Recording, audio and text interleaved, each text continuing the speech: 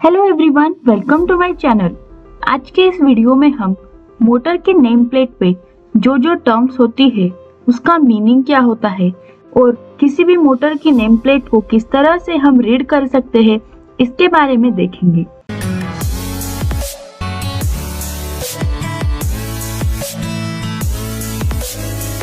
हम different types की motor देखते हैं, जैसे कि इंडक्शन मोटर, सिंक्रोनस मोटर या डीसी मोटर, एसी मोटर।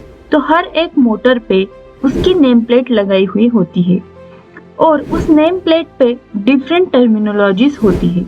हमें कुछ कुछ तो मालूम होती है, बट सारे टर्म्स का मीनिंग हमें एग्जैक्ट पता नहीं होता। तो आज के इस वीडियो में हम क्या क्या पॉसिबल टर्मिनोलॉजीज है जो कि नेम प्लेट्स पे दी जाती है और हर एक टर्म का मीनिंग क्या है, वो क्या दर्शाती है, वो देखते हैं। मोटर की नेम प्लेट कुछ इस तरह से होती है, जिस पे सबसे पहले मैन्युफैक्चरर नेम होता है, यानी कि किस कंपनी ने वो मोटर बनाई है उस कंपनी का नाम वहाँ पे दिया हुआ होता है। फिर मॉड होता है, यानी कि model number, serial number, volt, ampere, HP, RPM, hertz, frame, duty cycle, insulation class, nominal efficiency, PH, service factor, NEMA design, pole, connection of winding, mounting, IP, LRA, LRT, enclosure, bearing number, D end OD. तो हर एक name plate पे इसमें से कुछ न कुछ terminologies दी होती है और ये सारी पॉसिबल टर्मिनोलॉजीज है जो कि नेम प्लेट्स पे होती है। अब हम इस हर एक टर्म का मीनिंग देखेंगे। तो सबसे पहले है मॉड, यानी कि मॉडल नंबर। तो जो भी कंपनी वो मोटर बना रही है उसने उसे कुछ मॉडल नंबर दिया हुआ होता है, उस पे से हमें समझ में आता है कि वो मोटर कौन सी है। उसके बाद होता है सीरियल नंबर। हर एक मोटर को उसका एक पर्टिकुलर सीरियल नंबर होता है, जिसपे से हम उस मोटर का अगर कुछ हमें मेंटेनेंस करना है या फिर कुछ चीज चाहिए, कुछ टूट गया है, तो वो हम उस सीरियल नंबर को अगर डालेंगे या फिर उस कंपनी को बताएंगे तो आपको पर्टिकुलर वही मोटर का वो पार्ट मिल सकता है। और ये जो सीरियल नंबर होता है वो हर एक मोटर के लिए एक पर्टिकुलर होता है। उसके बाद है वोल्ट। वोल्ट यानी कि टर्मिनल सप्लाई वोल्टेज। तो इस पे से हमें उस मोटर का कितना वोल्टेज है, कितने वोल्टेज की वो मोटर है, वो समझ में आता है। एम्पियर यानी कि फुल लोड सप्लाई करंट, ये करंट दिया हुआ होता है। एचपी यानी कि हॉर्स पावर। हॉर्स पावर, इस पे से हमें कितने वैट की वो मोटर है या फिर कितने एचपी की मोटर है, 1, 5, वो समझ में आता है। इसे हम मोटर शाफ्ट आउटपुट भी कहते हैं। उसके बाद है आरपीएम। आरपीएम यानी कि revolution per minute. Revolution per minute ये full load speed of motor होती है, यानी कि 1 मिनट में वो मोटर कितनी बार राउंड कंप्लीट कर रही है, कितनी बार घूम रही है, वो यहाँ पे दिया हुआ होता है। हर्ट्ज। हर्ट्ज यानी कि सप्लाई फ्रीक्वेंसी। इंडिया में तो 50 हर्ट्ज सप्लाई फ्रीक्वेंसी है। Frame, the external physical dimensions of motor based on the नेमा स्टैंडर्ड्स। फ्रेम यानी कि ये जो मोटर है उसके डायमेंशंस दिए होते हैं और वो अकॉर्डिंग टू नेमा स्टैंडर्ड्स होते हैं। नेमा यानी कि नेशनल इलेक्ट्रिकल मैन्युफैक्चरर एसोसिएशन। तो ये जो एसोसिएशन है उसके कुछ स्टैंडर्ड्स है, उसके हिसाब से ही हर एक मोटर को डिजाइन किया जाता है। तो ये यहाँ पे फ्रेम के वहाँ पे वो किस स्टैंडर्ड के मुताबिक मोटर बनाई गई है उसका नंबर दिया हुआ होता है। Duty cycle, it is a motor load condition. Duty cycle यानी कि वो मोटर कितनी चल सकती है। अब डिफरेंट टाइप्स की मोटर होती है। किसी मोटर को हम कंटिन्यूअस कितनी भी देर तक चला सकते हैं, बट कोई कोई मोटर एक पर्टिकुलर टाइम यानी कि 1 घंटा चल सकती है, 2 घंटा चल सकती है। तो उसके हिसाब से मोटर को डिफरेंट पार्ट्स में डिवाइड किया गया है। अब ये जो ड्यूटी साइकिल है वो S1 से लेके S9 तक होती है और हर एक ड्यूटी साइकिल का एक पर्टिकुलर मोटर के साथ संबंध है, यानी कि S1 यानी कि कंटिन्यूअस चलने वाली मोटर्स इस पार्ट में आती हैं। इस तरह से S1 से लेके S9 तक डिफरेंट टाइप्स की मोटर डिवाइड की गई है। इंसुलेशन क्लास, इंसुलेशन क्लास यानी कि maximum limit of motor.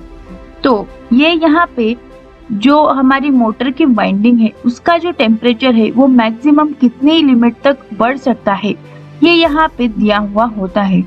Insulation class को भी डिफरेंट टाइप्स में डिवाइड किया गया है और हर एक टाइप के लिए एक टेम्परेचर लिमिट है, जैसे कि यहाँ पे Y, A, B, C, E, H इस तरह से इंसुलेशन क्लासेस है। नॉमिनल इफिशियंसी, नॉमिनल इफिशियंसी यानी कि ऑपरेटिंग इफिशियंसी, जो भी हम इनपुट दे रहे हैं उसमें से हमें कितना आउटपुट मिल रहा है वो यहाँ पे दिया हुआ होता है। पीएच यानी कि नंबर ऑफ फेज, तो ये मोटर 1 फेज है या 3 फेज है वो यहाँ पे दिया हुआ होता है। नेक्स्ट है service factor, factor by which motor can be overload.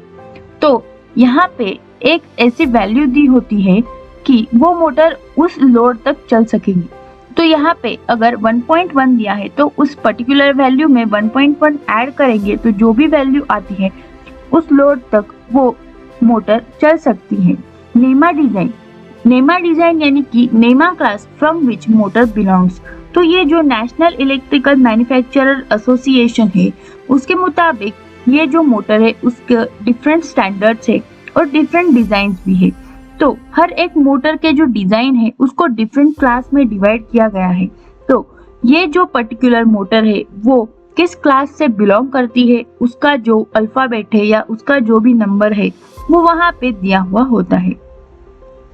पोल, हमारी मोटर कितने पोल्स की है, 2 पोल, 4 पोल, वो यहाँ पे नंबर ऑफ पोल्स दिए गए होते हैं। स्टार कनेक्शन या डेल्टा कनेक्शन, वाई या डेल्टा, यानी कि ये जो मोटर है उसके जो इंटरनल वाइंडिंग कनेक्शन है वो स्टार है या डेल्टा है वो यहाँ पे दिया हुआ होता है। Mounting, how the motor can be mounted. तो माउंटिंग यानी कि मोटर को हम किस तरह से माउंट कर सकते हैं। मोटर माउंट करने के डिफरेंट टाइप्स होते हैं, उसमें से मेन होते हैं फुट, फ्लंज या फिर फेस माउंटिंग, और उसमें बहुत सारे सब टाइप्स भी होते हैं। तो इस यहाँ पे माउंटिंग के वहाँ पे उस मोटर का पर्टिकुलर मोटर को किस तरह से माउंट करना है उसके बारे में उसका कोड दिया हुआ होता है। आईपी, आईपी यानी कि ingress production which ensures that dirt, moisture etc. will not be allowed to enter in motor। तो ये जो मोटर है वहाँ पे IP65, IP67 इस तरह से इंग्लिश प्रोडक्शन दिए हुए होते हैं। तो ये जो इंग्लिश प्रोडक्शन है वो ये दिखाता है कि मोटर कितनी धूल, मिट्टी या पानी उसके अंदर अलाउड कर रहा है। और ये आईपी में आईपी के बाद 2 डिजिट्स होते हैं जैसे कि IP65। तो ये जो 6 है IP65 में वो 6 कुछ अलग बात दर्शाता है और 5 कुछ अलग दर्शाता है। आईपी के बारे में डिटेल में हम दूसरे वीडियो में देखेंगे। LRA, लॉक्ड रोटर एम्पियर, तो ये होता है inrush current drawn by motor when it is started direct online, यानी कि जब हम डायरेक्टली मोटर को स्टार्ट करते हैं तब जो इनरश करंट होता है मोटर का वो LRA में दिया हुआ होता है।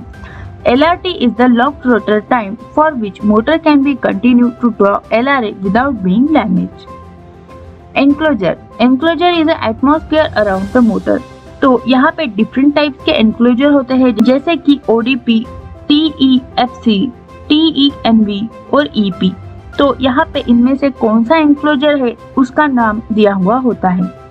बियरिंग नंबर, बियरिंग नंबर यानी कि उसमें कौन से टाइप की बियरिंग यूज की गई है तो उस पर्टिकुलर बियरिंग का नंबर वहाँ पे दिया हुआ होता है।